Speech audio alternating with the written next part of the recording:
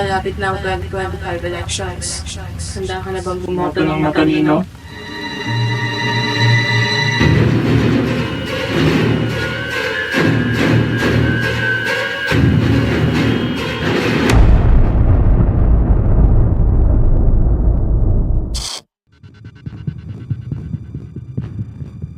Ang boto mo, hindi laro.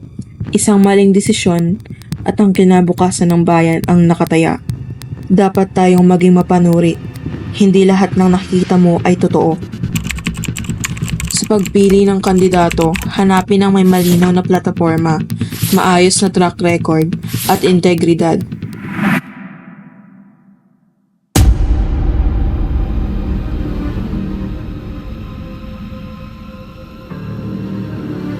Iboto mo ang sigaw.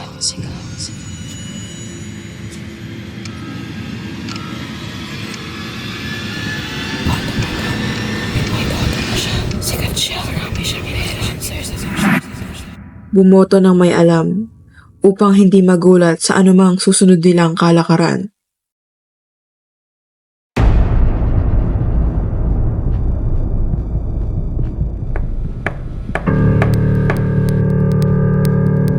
Sino yan?